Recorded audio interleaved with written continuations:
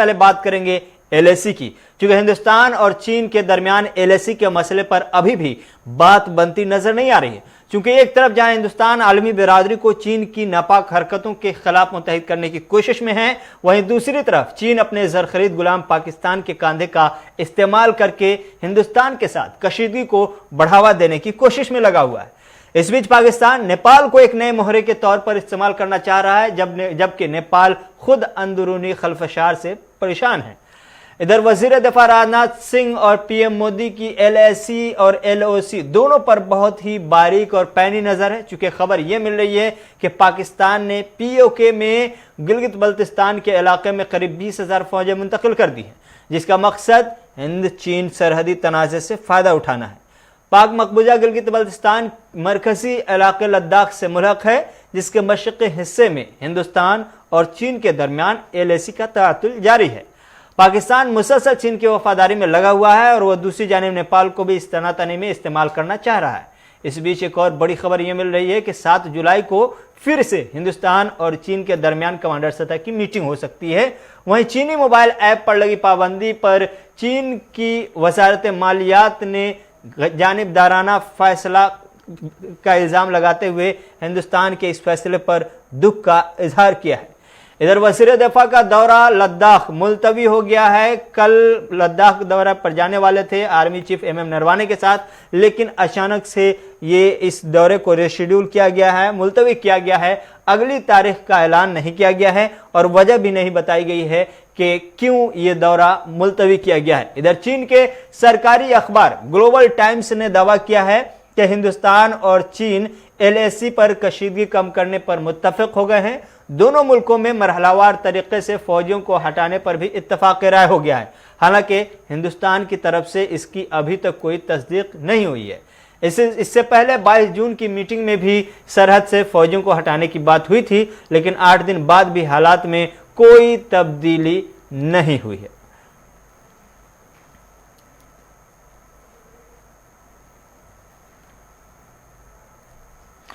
इधर पाकिस्तानी फौज के तर्जुमान ने गिलगित बल्तिस्तान में लाइन ऑफ कंट्रोल पर इजाफी फौजी दस्तों की तैनाती और चीन की जानिब से अस्कर्दो एयरबेस इस्तेमाल करने से मुतल्लिक खबरों को मुस्तरद कर दिया है।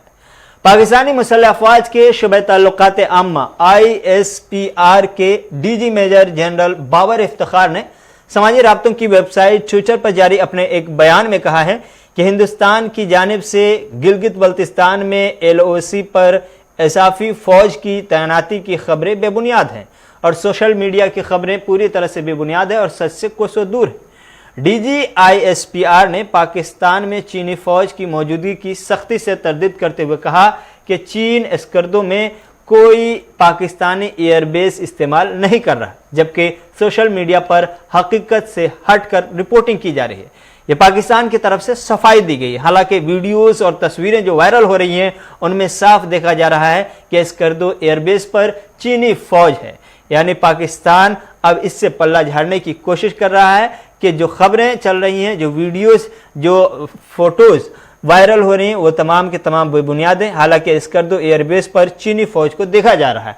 ऐसे में पाकिस्तान की तरफ से एक बार फिर इस सिचुएशन में एक नया झूठ डीजी ISPR की तरफ से आज गढ़ा गया और बताया गया है। और हिंदुस्तान में जो खबरें चल रही है और आलमी सतह पर जो खबरें चल रही हैं कि चीन का साथ पाकिस्तान दे रहा है मुसलसल, उसकी तरदीद करने की खबरें आ रही हैं। इस वक्त हमारे executive editor Ishfaq Gauhar live जुड़ चुके हैं मजीद तफसीलात के साथ। इशफाक, LAC पर क्या कुछ सूरत हाल है और गलवान वादी को लेकर के जो मसला अब तक के फंसा है, क्या वो मसला खत्म होता हुआ या उस पर कुछ ताअत्तुल का खात्मा होता हुआ नजर आ रहा है?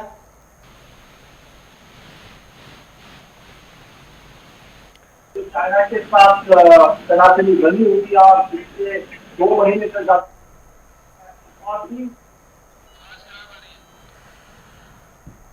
आवाज हम तक नहीं पहुंच पा रही। हम कोशिश करेंगे एक बार फिर से इशफाक गौहर के साथ जुड़ने की, लेकिन आपको बता दें कि LAC पर हिंदुस्तान और चीन के दरमियान सूरत हाल अभी भी कशीदा है। हालांकि आलमी बिरादरी की तरफ से हिंदुस्तान को बहुत ही ज्यादा सपोर्ट मिल रहा है, चाहे वो अमेरिका की बात करें, जापान की बात करें, फ्रांस की बात करें, रूस की बात करें। इन तमाम मुल्कों ने बाज़ाब्ता तौर पर, ऑस्ट्रेलिया ने भी बाज़ाब्ता तौर पर हिंदुस्तान को सपोर्ट करने का ऐलान किया और उन्होंने कहा है कि चीन ने एलएसी पर जो कुछ किया वो इंतहाई मजम्मत के काबिल है और चीन इस तरह की नापाक हरकतों से पूरे आलमी सलामती को ख़राब करने या उसमें बेचैनी पैदा करने की कोशिश में लगा हुआ है। तो चीन चारों तरफ से घिरता हुआ नजर आ रहा है। आलमी बरादरी में हिंदुस्तान को सपोर्ट मिल रहा है और साथ ही साथ चीन पाकिस्तान के सहारे और पाकिस्तान नेपाल को मोहरा बनाने की कोशिश में लगा हुआ है ताकि हांगकांग के मसले से हो या फिर ताइवान का मसला हो या फिर कोरोना वायरस के इल्जाम का मसला हो, इन तमाम मसलों से बचने के लिए चीन इस तरह की चाल मुसलसल चल रहा है। लेकिन हिंदुस्तान चीन की चाल को समझ चुका है और इस बार किसी भी तरह की गलती का फायदा हिंदुस्तान पूरी तरह से उठाने के लिए तैयार है और चीन की गलती का इंतजार है। लेकिन हिंदुस्तान की पहली और आखिरी कोशिश ये रही कि अब बातचीत के जरिए ही मसले का हल निकाला जाए। एलएसी पर जो सूरत हाल है उसके खात्मे के लिए बाज़ाब्ता तौर पर कई बार मीटिंग की हिंदुस्तान ने। दिल्ली से मीटिंग हुई, लेफ्टिनेंट जनरल सतह की मीटिंग हुई, कोर कमांडर सतह की मीटिंग हुई, लेकिन इन तमाम मीटिंग के बावजूद चीन की तरफ से बहुत ज़्यादा मुस्बत रिस्पॉन्स, मुस्बत पहल नहीं की गई, जिसकी वजह से अब तक के एलएसी पर कशीदा माहौल बना हुआ है। ऐसे में पाकिस्तान खामोशी के साथ इस इंतजार में है कि हिंदुस्तान चीन के साथ कुछ ज़्यादा ही रिश्ते ख़राब हों ताकि इस खराबी का वो फ़ायदा उठा सके। पाकिस्तान अपनी चाल चल रहा है और पाकिस्तान को अपनी उंगलियों पर चीन नचा रहा है और पाकिस्तान इस कोशिश में है कि वो नेपाल को इस मौके से, चूँकि नेपाल के अंदर भी सियासी खलफशार जारी है, उस मौके से पाकिस्तान नेपाल को एक नया मोहरा बनाने की कोशिश में लगा है। तो ये सूरत हाल एलएसी पर है। लेकिन इस बीच उम्मीद ये की जा रही थी कि कल लद्दाख वजीर दफा लद्दाख का दौरा करेंगे, लेकिन अचानक से आज खबर मिली कि यह दौरा रीशेड्यूल कर दिया गया है और नई तारीख का ऐलान भी नहीं किया गया और यह भी नहीं बताया गया कि इस दौरे को मनसूख करने के पीछे की बुनियादी वजह क्या है। इशफाक गौर हमारे साथ जुड़ चुके हैं। इशफाक, एलएसी की सूरत हाल, ताज़ा तरीन सूरत हाल क्या है, क्या कुछ अपडेट आपके पास है? देखिए रहमान, जहाँ तक लाइन ऑफ एक्चुअल कंट्रोल की हम बात करेंगे, जहाँ पर सूरत हाल इंतहाई कशीदा बनी हुई है लेकिन पुरअमन है। कशीदा और पुरअमन जब हम बताते हैं तो उसके पीछे बहुत बड़ी वजूहात है। कशीदा इसलिए है, आईबॉल टू आईबॉल पर दो बड़े मुल्कों की फ़ौजें हैं, और पुरअमन इसलिए है कि पिछले 1-1.5 हफ्ते से कोई भी बड़ा इंसिडेंट इस तरीके का नहीं हुआ जो 12 और 15 तारीख के बीच में हमने देखा था, जिसमें 20-22 लोगों की शहादत हो गई थी। तो उस हवाले से अभी की जो सिचुएशन है वो काफ़ी ज़्यादा ट्रिकी है, काफ़ी ज़्यादा एक्सप्लोसिव बनी हुई है, धमाका खेज़ बनी हुई है। इस बीच काफ़ी ज़्यादा कोशिश की जा रही है कि मुज़ाकरात के ज़रिए से मसले का हल निकाला जाए और पीपल्स लिबरेशन आर्मी की जो जवान है जिन्होंने अपनी हदें अबूर की हैं वो वापस अपनी हदूद के अंदर चले जाएं। यानी 2 महीने पहले का जो मामला लद्दाख के अंदर था, लाइन ऑफ एक्चुअल कंट्रोल के पास था, उसी को वो माने। लेकिन जो गुज़श्ता दिनों मीटिंग हुई है, जो 11 घंटे तक मीटिंग हुई है, उसमें जो अभी तक हमें ज़राया से खबर मिल रही है और जिसकी तस्दीक फिर ग्लोबल टाइम्स के टाइम के ट्विटर पर भी हुई है कि दोनों तरफ़ें इस बात पर मान चुके हैं कि फ़ौजी इनखला होना चाहिए, मरहलावार तरीके से फ़ौजी इनखला होना चाहिए, लेकिन फ़ौजी इनखला के साथ साथ जो एतमाद की फ़िज़ा है उसे बहाल करना है।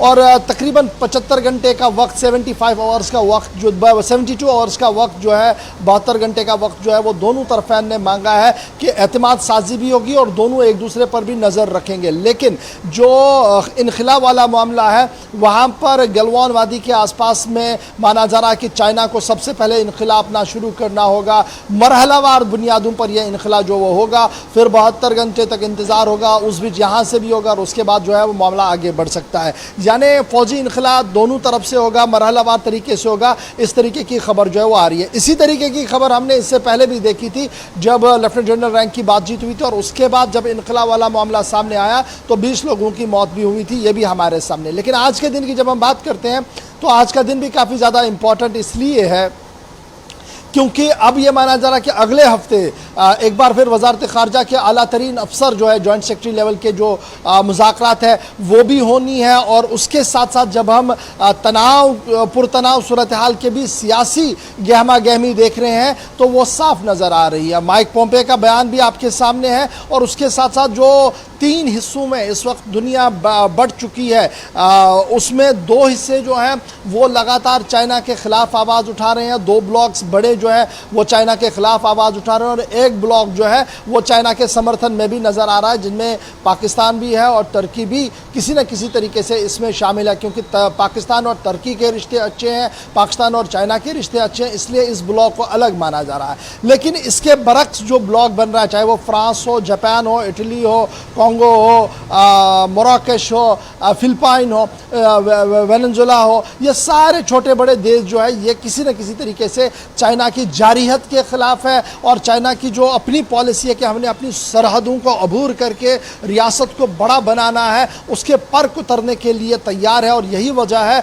कि अमेरिका ने अपनी बड़ी फौज के 3 बड़े जहाज़ों को जो है वो इस वक्त समंदर में छोक दिया है। फिलिपाइन के अंदर वो लगातार जंगी मशकें जो हैं वो कर रहे हैं। तो इस तरीके से ये पूरा मामला जो है वो बन रहा है और इंतहाई सूरत हाल धमाका खेज है। जब मैं आपके साथ रहमत बात कर रहा हूँ तो थोड़ी देर पहले ये इतला भी मिली है, लद्दाख का पूरा इलाका जो है वो जलजले की जद में आया है और जलजला इंतहाई शदीद 4.5 रेक्टर पैमाने पर जो है वो उसकी मेजरमेंट हुई है और इस अभी तक किसी जानी माली नुकसान की इतला नहीं है। लेकिन पूरा इलाका जो है एंटायर यूनियन टेरिटरी लद्दाख जो है वहाँ पर ये झटके महसूस किए गए हैं।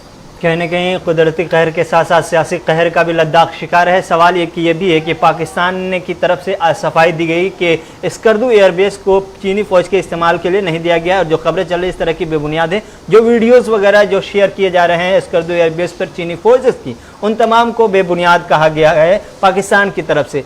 पाकिस्तान की तरफ से इस सफाई पर क्या कहेंगे? देखिए, पाकिस्तान ने किन लोगों को यह सफाई दी, सबसे बड़ा सवाल ये है। इंडिया के अंदर अगर इस पर चर्चा हुई, बात हुई, तो उसका बेस क्या है? बेस है जियो टेलीविज़न पर 3 दिन तक लगातार डिबेट होना कैपिटल टॉक के अंदर, समा टीवी पर बहस होना, उनके जो और बड़े 5-6 चैनल्स हैं वहाँ पर जो उनके अपने तज्जिया निगार है, अपने दिफाई तज्जिया निगार है और जो पॉलिटिकल एक्सपर्ट्स हैं उन्होंने खुद पाकिस्तान पर सवाल उठाए थे कि पाकिस्तान जिस राहदारी की बात चाइना के साथ कर रहा है और सरमायाकारी की बात कर रहा है, चलिए ये किसी हद तक हमें कबूल है, लेकिन जिस तरीके से फ़िज़ाइया और ज़मीनी फ़ौजों को कंट्रोल डायरेक्टली इनडायरेक्टली चाइना अपने हाथ में लेना चाहता है, इसके खिलाफ वो थे। और जब उन्होंने मिसालें पेश की थी तो उन्होंने अस्कर्दू एयरबेस का मिसाल पेश किया था, उन्होंने बल्तिस्तान के बॉर्डर्स की बात की थी कि क्यों हमने 20,000 फौजियों को ऊपर लाने की ज़रूरत है जबकि हमारा इंडिया के साथ ऐसा कोई भी मामला नहीं है अगर वो चाइना के साथ लड़ रहे हैं। तो ये सारी डिबेटें वहाँ चल रही थी। वहीं से ये खबर बाहर आई कि जनाब अस्कर्दू एयरबेस पर जो मिलिट्री पॉइंट ऑफ व्यू से इतना बड़ा एयरबेस नहीं है लेकिन काफ़ी इंपॉर्टेंट है स्ट्रेटजिकली,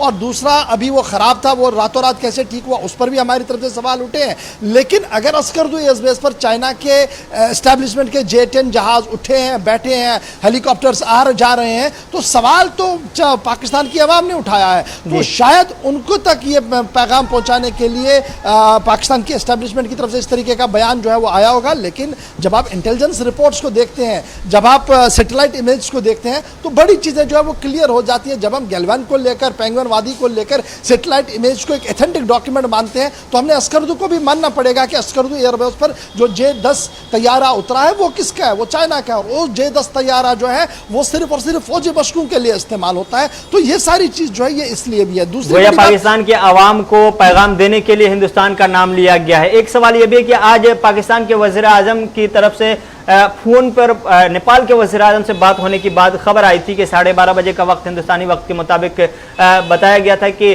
पाकिस्तान की वज़ारत ख़ारजा को कहा गया है कि वो नेपाल के वज़ीर आज़म से मीटिंग तय करे फ़ोन पर। तो इस हवाले से क्या अपडेट है, क्या बात हुई नेपाल के वज़ीर आज़म से PM इमरान की?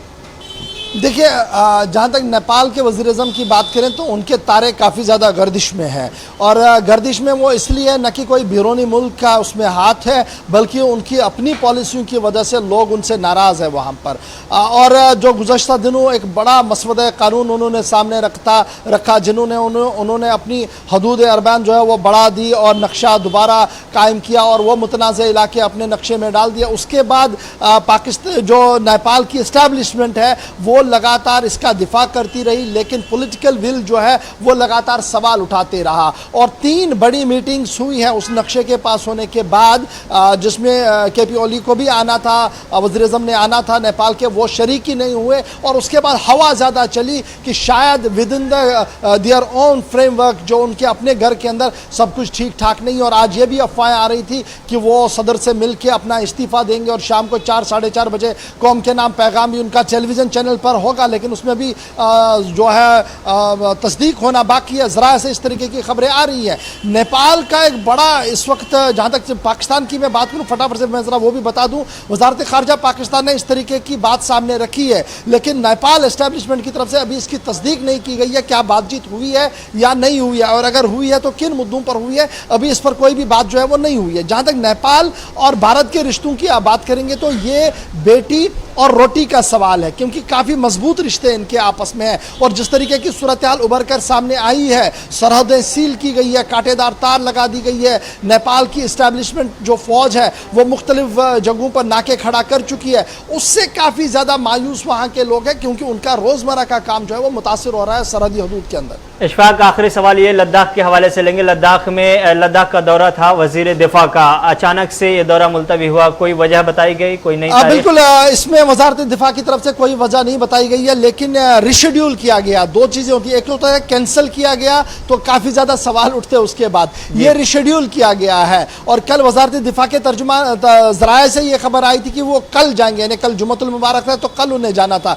लेकिन आज थोड़ी देर पहले वजारत दिफा के जो ज़राया है उन्होंने इस बात की तस्दीक कर दी है, चूंकि प्री शेड्यूल मीटिंग्स थी, यानी पहले ही शेड्यूल में कुछ मीटिंग्स थी, उनमें तब्दीली नहीं हो सकती है, इस वजह से जो है कल की मीटिंग जो है वो पोस्टपोन कर दी गई है। और आगे अब ये जो दौरा है ये अगले हफ्ते जो है वो किया जाएगा, और CDS, आर्मी चीफ और फिजाइया के जो सरबराह है वो तीनों इकट्ठे इनके साथ होंगे, और वज़ारत दिफा के आला अफसर भी वहाँ उस मीटिंग में मौजूद रहेंगे। जहाँ तक आज की जो कल की मीटिंग है, इसके रिशेड्यूल होने की जो बात सामने आ रही है, उसके पीछे माना जा रहा है कि कुछ और जो डिप्लोमेटिक चैनल्स है वो काफ़ी ज़्यादा एक्टिवेट हो रही हैं, और कुछ और वज़ारत दिफा के जो जिम्मेदार हैं, वज़ीर दिफा जो और मुल्कों के हैं, जिनमें फ्रांस है, इटली है और जर्मनी है, हो सकता है उनके साथ कोई बातचीत होनी हो। इस तरीके की खबर जो है वो ज़रा से हमारे सामने आ रही है। चलिए इशफाक गौर, बहुत बहुत शुक्रिया इन तमाम तफसीलात और जानकारियों के लिए। तो LAC पर जो सूरत हाल है, पाकिस्तान की जो चाल है और नेपाल का जो हाल है, ये तमाम सब के सब आपके सामने हमारे एग्जीक्यूटिव एडिटर इशफाक गौर ने रख दिया। नेपाल में सियासी तूफान अपने शबाब पर है। सियासी उथल पथल के बीच आज नेपाल की पार्लियामेंट में चल रहे बजट सेशन को मुलतवी करने की तजवीज़ रखी गई, लेकिन अभी जो खबरें मिल पा रही है उसके मुताबिक नेपाल के प्रेसिडेंट ने बजट सेशन को चलाए रखने की तजवीज़ को कबूल किया है और उसकी तौसीक की है, और बजट सेशन को मुलतवी करने से इनकार कर दिया। इधर खबर यह भी है कि नेपाल के PM KP ओली शर्मा ने नेपाल के सदर से मुलाकात करने के लिए वक्त मांगा है, किसी भी वक्त मुलाकात कर सकते हैं, और अब उनके इस्तीफे को लेकर कयास आराइयां तेज हो गई हैं। खबर है कि KP ओली नेपाल की आवाम से किसी भी वक्त खिताब भी कर सकते हैं और अपने इस्तीफे का ऐलान कर सकते हैं। आपको बता दें कि चीन के साथ नजदीकी बढ़ाने वाले नेपाल के वज़ीर-ए-आज़म KP शर्मा ओली को अपनी ही पार्टी के अंदर सख्त मुखालफत का सामना करना पड़ रहा है। साबिक वज़ीर-ए-आज़म और हुक्मरान नेपाल कम्युनिस्ट पार्टी के शरीक चेयरमैन पुष्प कमाल दहाल और दीगर रहनुमाओं ने KP ओली पर मुख्तलिफ उमूर को हल करने में नाकाम रहने का इल्ज़ाम आयद करते हुए उनसे इस्तीफे का मुतालबा किया है। काठमांडू पोस्ट के मुताबिक पार्टी की स्टैंडिंग कमेटी की मीटिंग में मिस्टर दहल के साथ पार्टी के सीनियर लीडरान माधव नेपाल, झालानाथ खनाल और वामदेव गौतम वगैरह ने भी मिस्टर ओली से अपने ओहदे से इस्तीफा देने का मुतालबा किया। NCP के एग्जीक्यूटिव चेयरमैन मिस्टर दहल प्रचंड पहले भी खुलकर मिस्टर ओली की तनकीद के साथ उनसे इस्तीफा का मुतालबा कर चुके हैं। ऐसे में अब यह माना जा रहा है कि KP ओली अपने ओहदे से इस्तीफा दे सकते हैं और किसी भी वक्त उनकी मुलाकात नेपाल के सदर से होगी और वो अपने इस्तीफा का ऐलान देने के साथ ही नेपाल की आवाम से खिताब करेंगे और उसमें सबूत, दलाइल, अपनी बातें, अपनी राय, अपने ख्यालात रखेंगे कि उन्होंने इस्तीफा क्यों दिया। फिर उसके बाद नए सियासी दौर का नेपाल में आगाज हो जाएगा।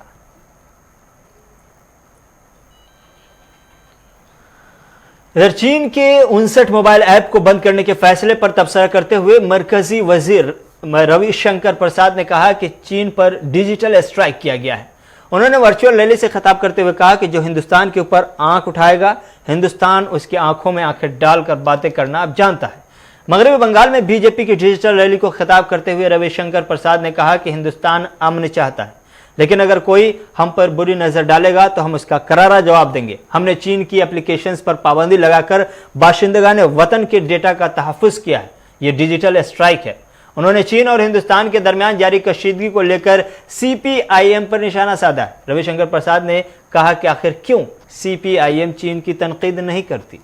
तो जब भारत समस्याओं को बातचीत से सुलझाना चाहता है, भारत वसुधैव कुटुंबकम में विश्वास करता है, लेकिन जैसा हमारे प्रधानमंत्री जी ने कहा, अगर भारत के साथ कोई आंख मिलाएगा तो भारत आंख मिला के जवाब देना भी जानता है, समझना चाहिए।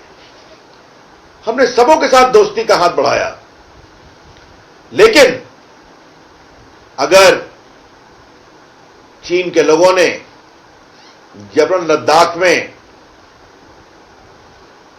दबाव बनाने की कोशिश की,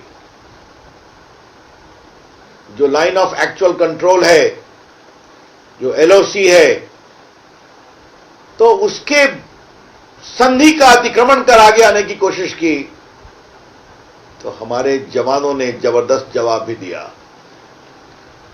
और याद करिए, प्रधानमंत्री ने एक बात कही थी ना कि हमारे जवान जो शहीद हुए हैं, मैं सबों को देता हूं श्रद्धांजलि।